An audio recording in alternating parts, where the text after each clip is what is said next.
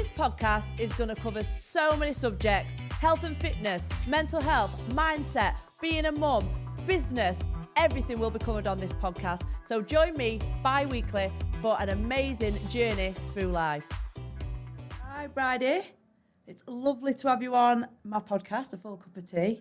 How are you doing today? You all right? Yes, very excited, loving this. Me too. I literally follow your social media, and you inspire so many women on there and help so many people. It's just amazing to see someone local out there who's had so many struggles. I can't wait for you to tell people listening to this podcast about your struggles and where you are today and the things you do for everybody else. It's just something really amazing and positive about your social media that I thought I need you to get to be on my podcast, and I'm sure together we can help other people, the listeners of the podcast, if they're feeling, low or insecure, struggling with their emotions. I'm sure your story and some of the things that you've learned along the way you can share with the listeners and really help so many people. Absolutely, can't wait. So if you wanna just introduce yourself and what you do and where you've been, and I'll ask you a few questions and stuff. And yeah. Okay, so I am a business owner. I am also a female empowerment coach. And I have also written a book. So quite a few things. I'm a bit like you. I like to do lots of things. Yeah, I think it comes that. I think we've both been through a lot of say trauma and things have happened in our life, and I think that drives us to do these different things, which also reach out and help other people. Absolutely, yeah. I mean, 100%. Can you tell us a little bit about, obviously, a little bit of your background of some of the things that you want to share? Because I know you've been very open and you've spoke to magazines and stuff about some of the things that have happened in your life, which have made you this super empowering, driven, motivational woman you are today. Yeah, totally. And I mean, I've not always been that way. And I think you'll probably find this as well with people, that they see who you are now and can't really kind of put who you were and the struggles and the trauma that you've been through together. Yeah, definitely. So, I do think it's always good to be really open about your struggles, because that's what kind of inspires women. So yeah, I mean, I was, I came from a broken home. My childhood was very kind of disruptive. And, when I was very young, and also I just want to say about, like, there might be some trigger stuff. So to be aware of that I'm talking about some stuff, people. So yeah, when I was really young, I was sexually abused, and, things kind of for me right the way up to being 14 were just really, really disruptive, and didn't know where I was. I was passed from parent to parent, and I had a really kind of just sense of anger. I was just angry all the time, and really kind of just felt a lot older than my years. I grew up way, way too fast. And in hindsight now, when I look back, I can see why all those things, why I felt that way. But when you're going through it and you're in it, I was just really kind of lost and really kind of broken, I would say. Yeah. And then when I was 14, I found out I was pregnant, which was a huge, huge shock. I'd been in a relationship for a couple of years. The boy was older than me. And, really up to that point, I'd been doing things like, I would go out drinking a lot. I was going into town, into pubs at like 12, 13 years old, So in my mind, I was so much older. Very sexually active, and never saw a problem with that. Nobody ever picked it up. Nobody ever said anything. So I was allowed to go out. I was allowed to stay at my boyfriend's. I was allowed to kind of just do as I pleased. And for me, that was very much about just finding someone to love me. Yeah, been there. In whatever way, you know. And so I was the protector to my friends, and I was the person that was always just searching for that one person that was just going to protect me and love me. So, I had a relationship, like I say, with an older boy, and actually didn't ever consider being pregnant, didn't ever I wanted to be a lawyer. I wanted to, you know, in my mind, I wanted to pursue this career of, you know, defending people, you know, and defending the good people. Yeah. And so literally one of my friends said one day, you know, she was worried she was pregnant. And when I say it back now, I can like see it so clearly in my mind. And she was so worried. And she was like, please, will you come to the family planning with me? And I was like, yeah, of course I will, you know.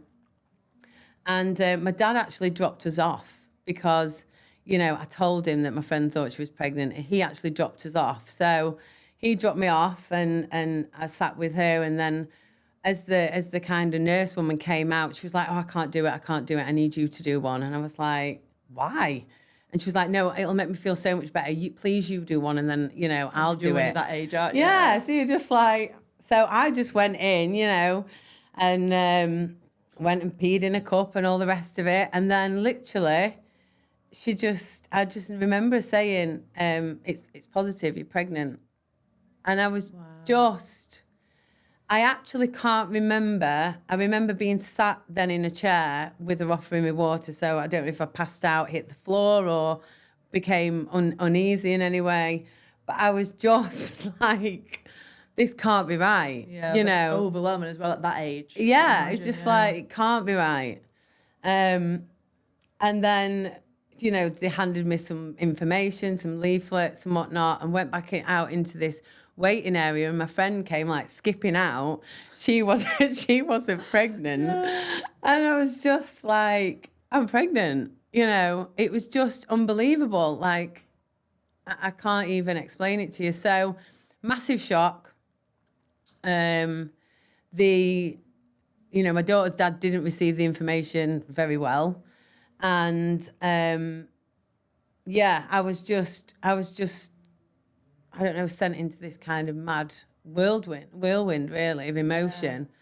Yeah. But literally that night, when I went to bed, I remember putting my hand on my tummy and just being like, I'm gonna have a baby. Like, I'm gonna kind of be the parent to my child that I didn't have. To have that, you know, sort of feeling and emotion for that, because obviously you're still a child yourself. Yeah. 14, aren't you? So, you know, I'd never even babysat. Like, I'd never looked after a baby. I wasn't somebody that'd been around babies. So I don't know where it came from. I mean, you know, it was obviously my destiny, you know, completely believe that.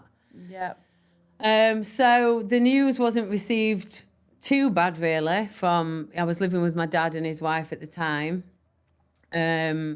But they'd been trying for IVF for a long time. So there was kind of just this sense of you make your own decision. I didn't really get given any options or anything. My mum, she wasn't happy at all, you know.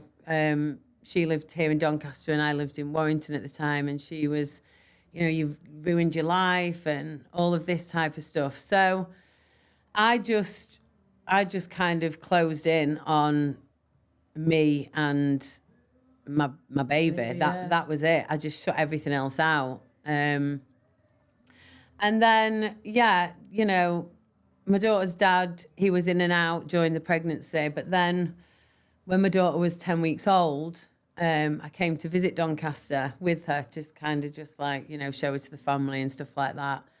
And then when I was here, my dad basically rang my mum and said she can't come back.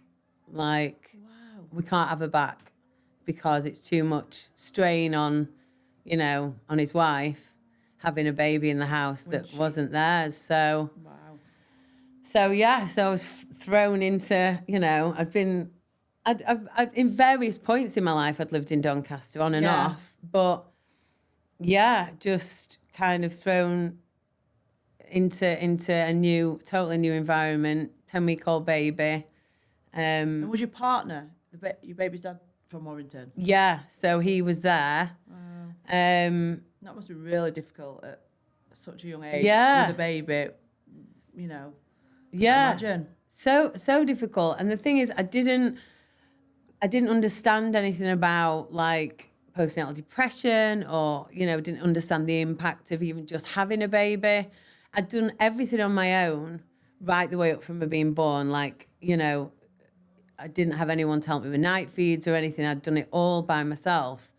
But then suddenly being thrown into a completely different town. Yeah, well, it's again, if you've obviously suffered a lot of back and forth as a child, and then your dad's doing that, and you've got a child, it's the rejection trauma again, all there. 100%. With this new baby, I can't. Yeah. And that's the thing. It was just kind of my whole life up to that point had been just exposure to rejection, abandonment, you know, you're not good enough, you're not wanted, and all of these things. So that made me kind of so determined as a mum to make sure that my child felt all of those things. But whilst I was trying to deal with all of the feelings that I had, you know. Yeah. So that was really difficult. My mum kind of wanted me to go back to school, which I did do reluctantly. I wanted to kind of go to like a mum and baby unit, but she was just like, you know, no daughter of mine's going one of them, and you know, very much like that. So I went to school, and that was quite difficult. Not for me in the sense of with my peers, but with the teachers. And you know, I went to a Catholic school. It was very, very well known, you know, that I kind of wasn't wanted there. And again, another place where, you know, I just didn't fit in. Yeah. Just didn't fit in. So yeah, that was really tough. It was. Then obviously, fast forward a few more years, and obviously, you've got a daughter. It's your daughter, isn't it? Yeah. Is that your first? Your daughter was the first. Yeah. Born, yeah. Yes. So you fast forward through obviously all these sort of emotions and rejections, and how did it affect your life in your later years, do you think? Yeah, 100%, because I was still on this quest to feel loved. Yeah. You know, so I just wanted that kind of family unit then, you know, so I got married, and then I got divorced, and then I got married again, and then I got divorced again. You know, I don't think people realise like the things that the decisions that we make as parents affects that child for the rest of their life. And I mean, I have a lot of mum guilt. I haven't been perfect mum, and I won't sit here and say I am, but like it's just those little things that people don't understand. Like the decisions that we make as adults are basically from things that have happened as childhood. Like 100%. Me, I had the same as you. My dad didn't want me when I was born, didn't have out to do with me, constantly basically rejected me. So similar to you, I seeked love in the wrong ways. So I have had therapy for it and stuff, and broke it down and stuff, and they say like with the abandonment issues, you seem to sleep about and try and get close to men and go from one relationship to other because you're just seeking that love and validation from a male. Yeah, it's all from your dad. Yeah. Mainly, it is. Yeah, like, so things that it's so horrible to see, because obviously as us as women now we know that, and I can see it in other things. Like I can see it in my daughter's mates and stuff, and it's so like, and you know, it's like people go, she's this, she's that, she's doing this, but when you've been through it, you can say no, it's the trauma, it's something she needs to heal inside, and it's so horrible to watch. But so many women go through it.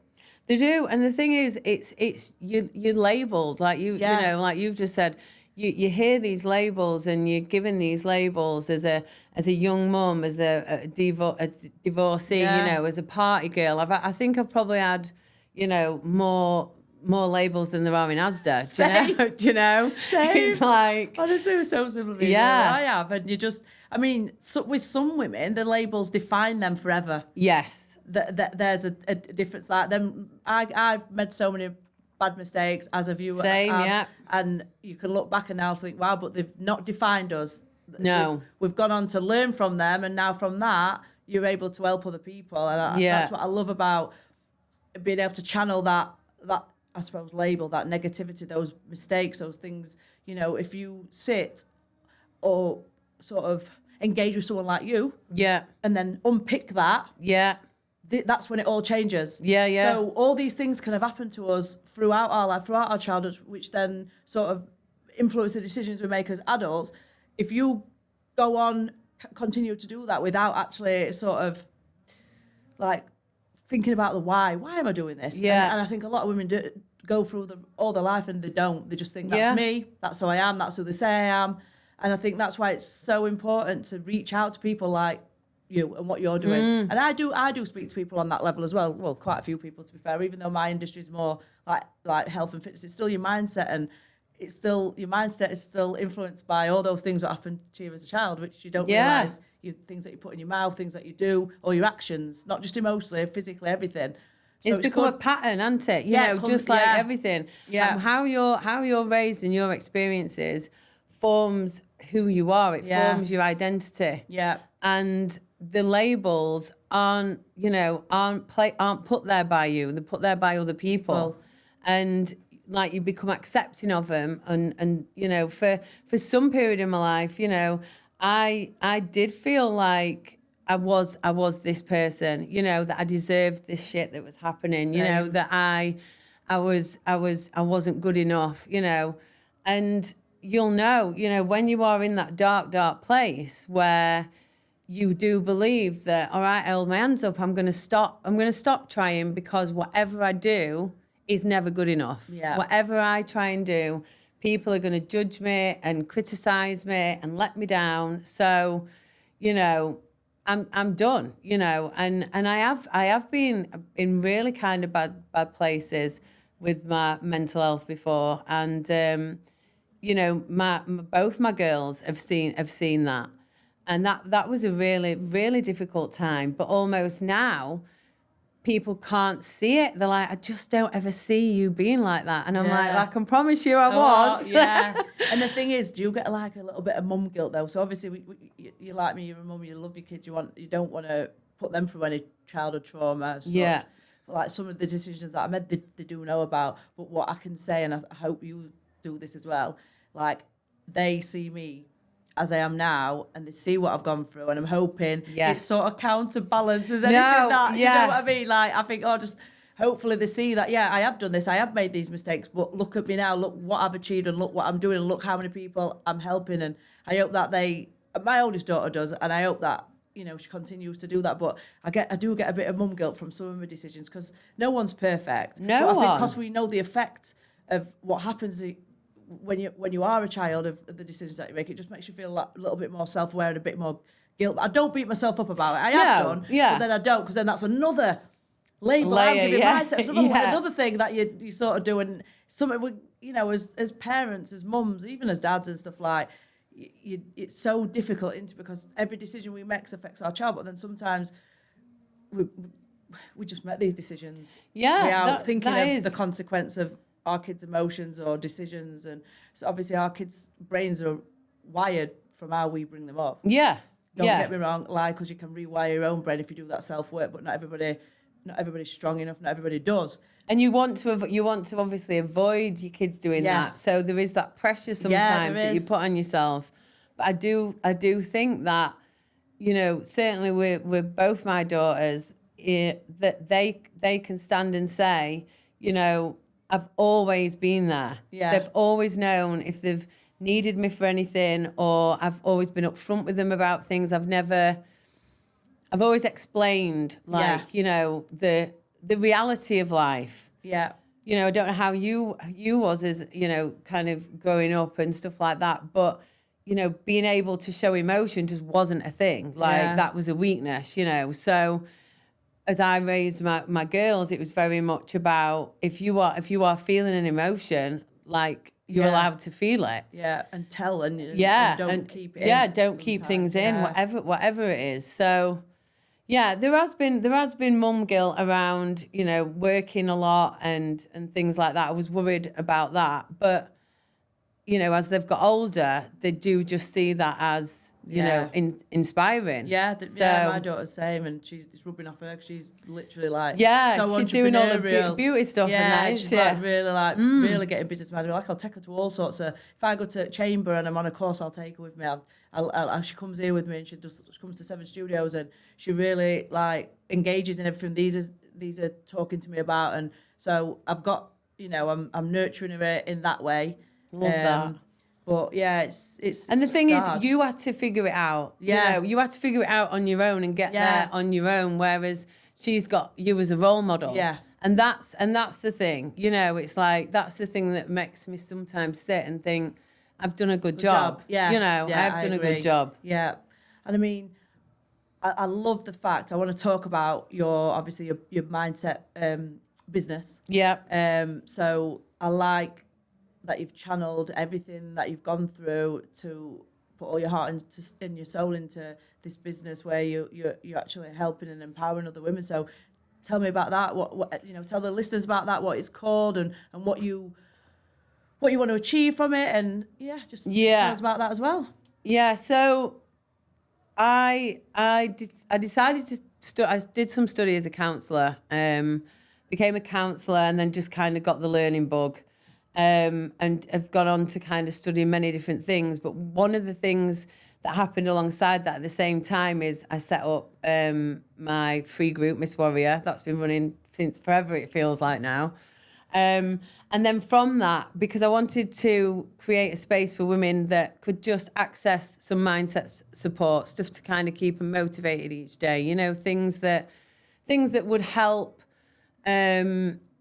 just help them kind of question, like you said earlier, why am I doing the things that I'm doing? Why am I thinking this? Because it's all linked, as you will know.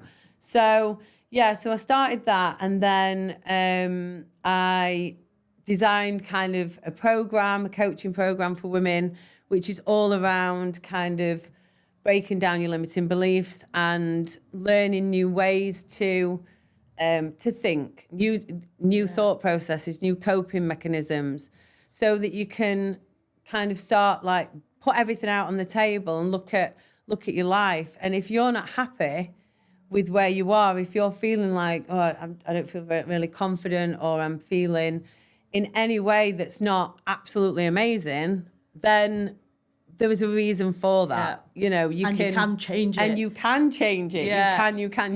No one's stuck in there. Because some people get so stuck in the thoughts and the feelings without actually, if they dig deep, lay it on the table, break it all down, it ain't that bad. No, and you don't need to believe it. You don't need to believe. You just need to hold on to that hope. Yeah. Everything can be different. There's always another side. There is. So my course that I run, I do that a couple of times a year. It's like a 6-week kind of intensive coaching online course. So I do that, and then I've got a membership, like a monthly membership for women.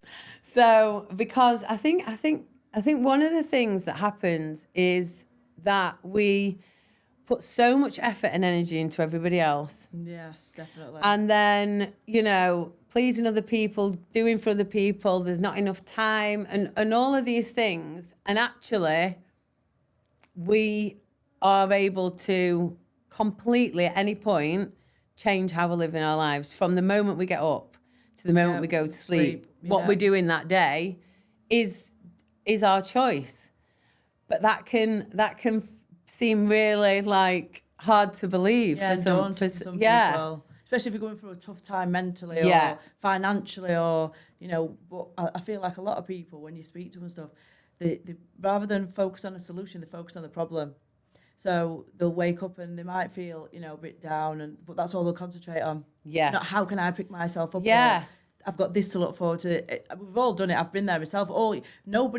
Nobody concentrates on the problem, on the solution. They concentrate on the problem. So what happens? The problem gets massive. Yeah. So although it's like, I don't know, like a little thing like that, you make it into this big thing with your thought process because that's all you're focusing on. It overwhelms and overpowers everything else in your life. This one problem, when really it's just a problem. Yeah. And everything can be resolved. Maybe not instantly. Maybe it's not with a magic wand, but it can be resolved. However, it starts off this, you focus on it that much, it ends up this big. Yeah, 100%. So then it's even harder. It's even harder for your brain then to focus. I can't get out of this problem, and it's just a lot of negative self-talk, and it's something I've had to learn. Your mind looks for evidence of whatever you're thinking about. Yeah. Do you know? So if you're looking in the mirror, which and you noticed a grey hair, you will then see lots of other grey hairs, and then you're like, well, actually, there's a few more wrinkles there today, and that's it. Yeah. It's with anything, you know, it's absolutely anything. If you're going out to buy a new car and you're thinking of buying, you know, I don't know, white Audi, you'll see hundreds of white Audis. Yeah. So it's really about just understanding that this isn't just like a made up thing. This is what I always say to the women I work with. You know, this is fact. You know, your mind is just capable of so much. And how the things that you think about lead to how you feel, lead to how you behave, is not something that is made up. It is scientifically, it is what it is. Yeah. So once you understand and see it as that process rather than all the kind of offshoots of what come within each one, and start to notice your thoughts. Yeah. And become aware of it. I've said that I've said I look crap again. I've said, you know, I've said that criticism to myself again. I've put myself down again. Just by noticing that, you can intervene and start to make changes. And it is like self-awareness it's life-changing. It is. It really is. It's life-changing. It really is. And if you can, even if, like, sometimes I mean, I don't live a perfect life. If I've got to a point now where if I do get that negative thought, I can switch it. But that's obviously come over time. Yeah, resetting yourself. Yeah, I've had my problems. I've had things that I've focused on, and then when I've took a step back, I thought, that's really not that bad. Like, I've just focused on it's got that big, or I've told myself I look a kind of way, or I don't, you know, and that's what my brain starts believing. So you've just got to switch it up. So every day tell yourself you're beautiful. Every day tell yourself you're good enough. Your brain then starts telling yourself that. It just becomes a natural thing. Yes, it becomes automatic.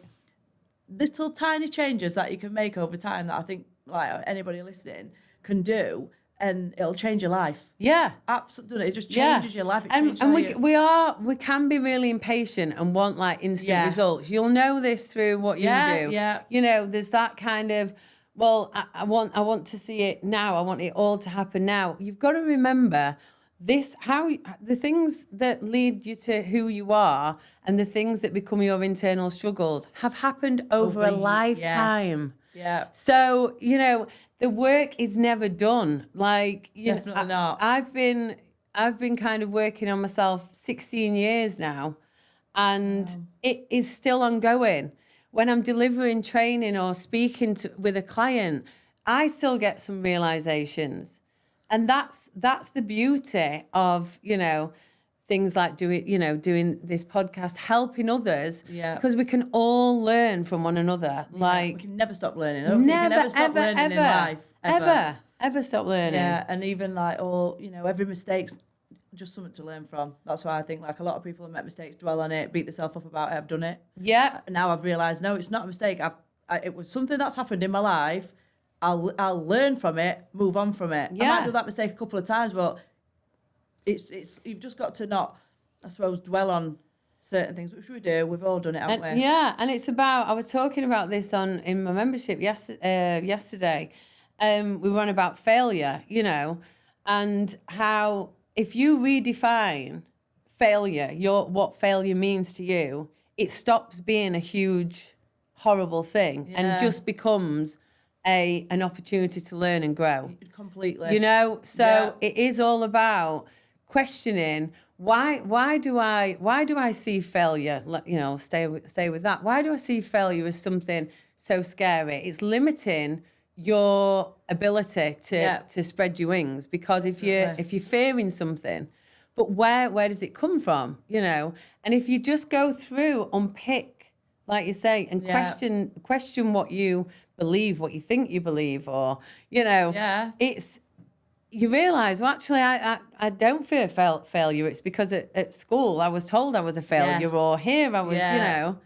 It's just fascinating. It's really fascinating. It's just, I think this is why I like to do like podcasts, and I do my lives, and I'm open and honest about everything what's going on in my life, because I just feel like there's so many people just sit there and feel like they're the trap that you trapped writing themselves off. Yes. Yeah. Yeah. So it's good to have like obviously people like you and your work, and then obviously these things that we're doing, podcasts, and hopefully it sort of lets people have that self-awareness and feel like, I can do this. Like those two women there just spoke about how I'm feeling. Badass. If they can do it, I can do it. And I just think that's just really important for me, because I just would hate anybody to feel trapped like I have done in the past in that way. So if anything that I do to help myself, I do like to obviously share and let, give people a bit more, give people hope and inspiration.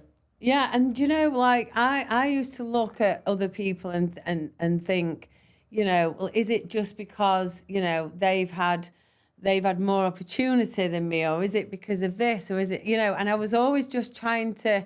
I spent so much time for a spell in my life trying to figure out what it was that everyone else had that I didn't.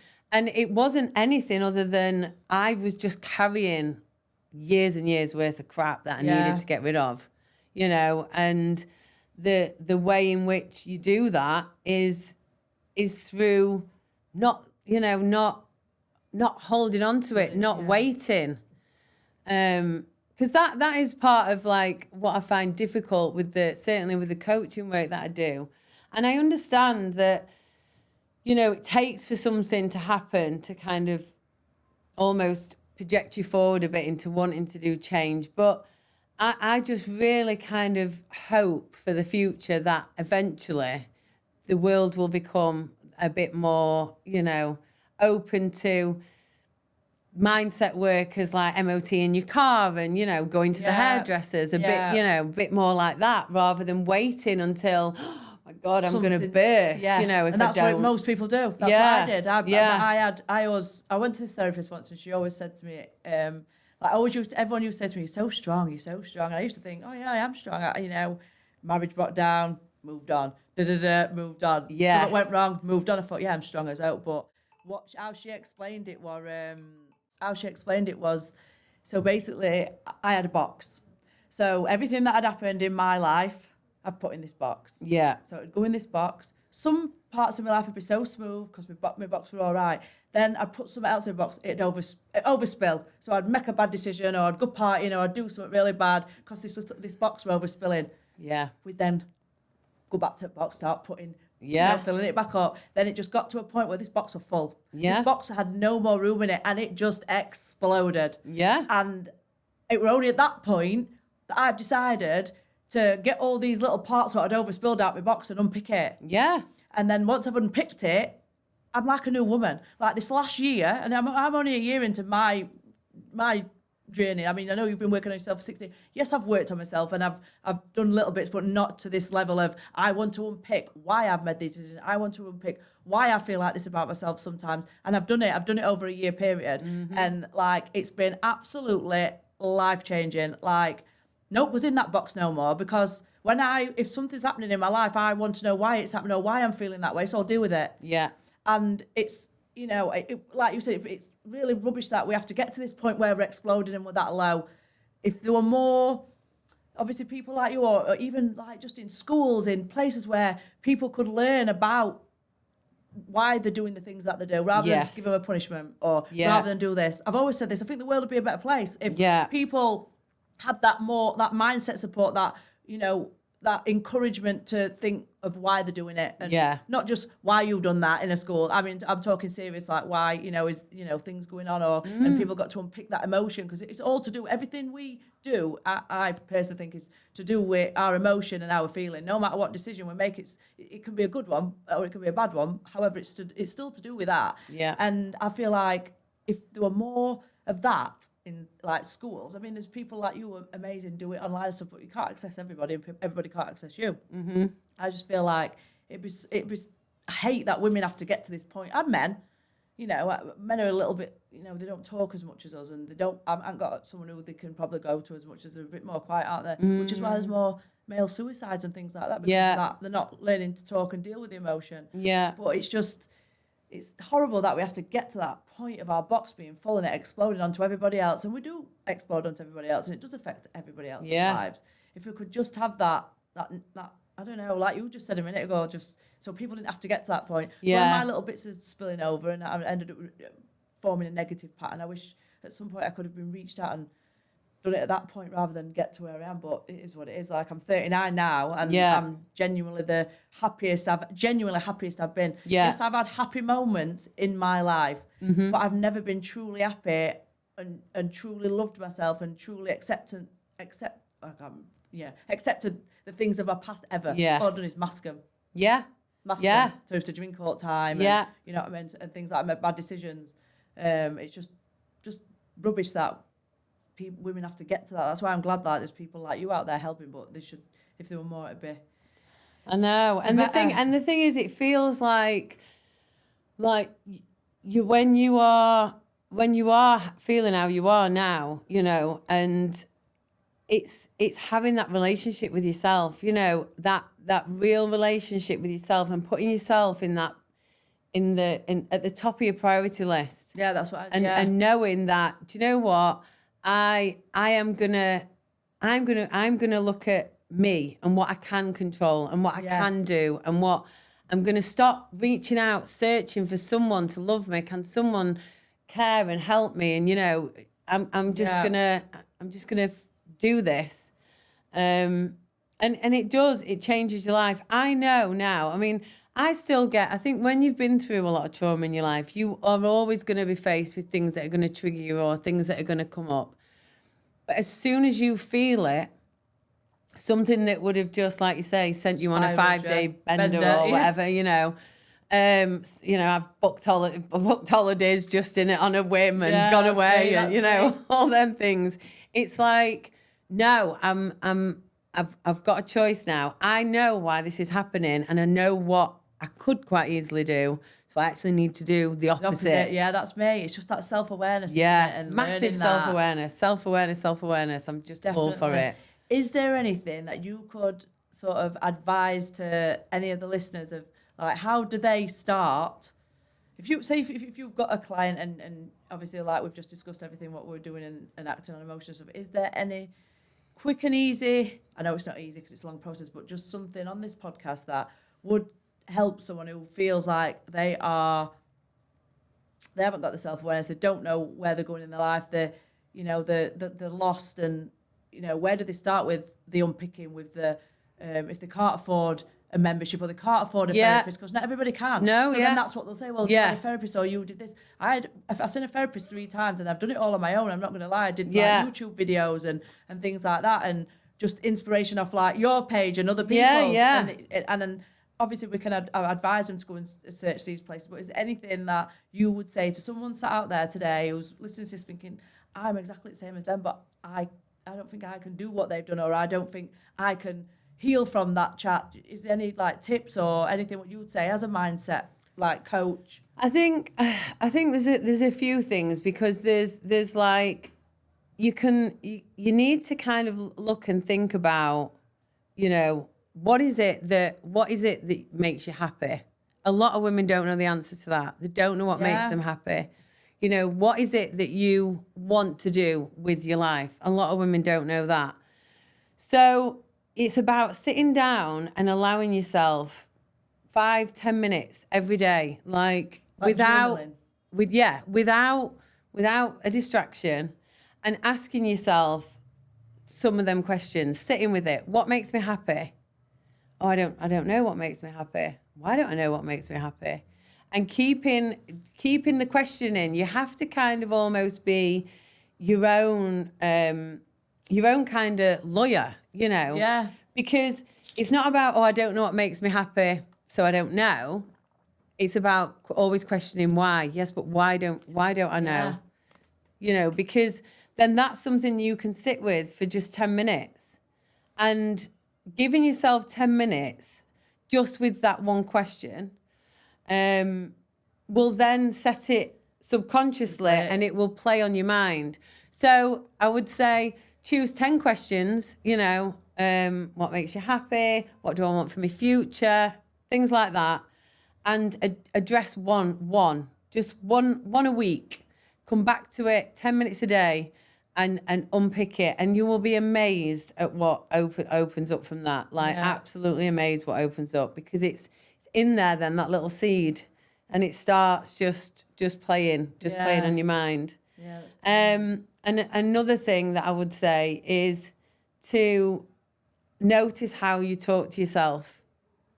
It's a big thing. Hear the things that you're saying to yourself. Start to call yourself out on the things that you're saying, because and ask your friends, like, you know, what type of things do you hear me say, because you might not realise that you're saying some of the things you are, because they become that automatic, like brushing your teeth on a morning. You don't stand there and think about every single action you're doing. You know, it's just automatic. And a natural thing. Yeah. So just in conversation, just ask your friends, you know, what do you notice that I say a lot? And, you know, I've used that before in like group work, and it's been really eye-opening for some women, because they didn't realise that I didn't even notice I was saying that. How many times you complain about your life or yourself, or, you know, so they would be a couple of things that I would say. Yeah, really, like, get them self-aware. Yeah, 100%. I'm sure that the listeners of this podcast today will really appreciate everything you've said today. It's so inspiring. I love your Facebook. I follow it every single day. I love what you're doing, and I'm sure everybody listening to this podcast is going to really appreciate those tips.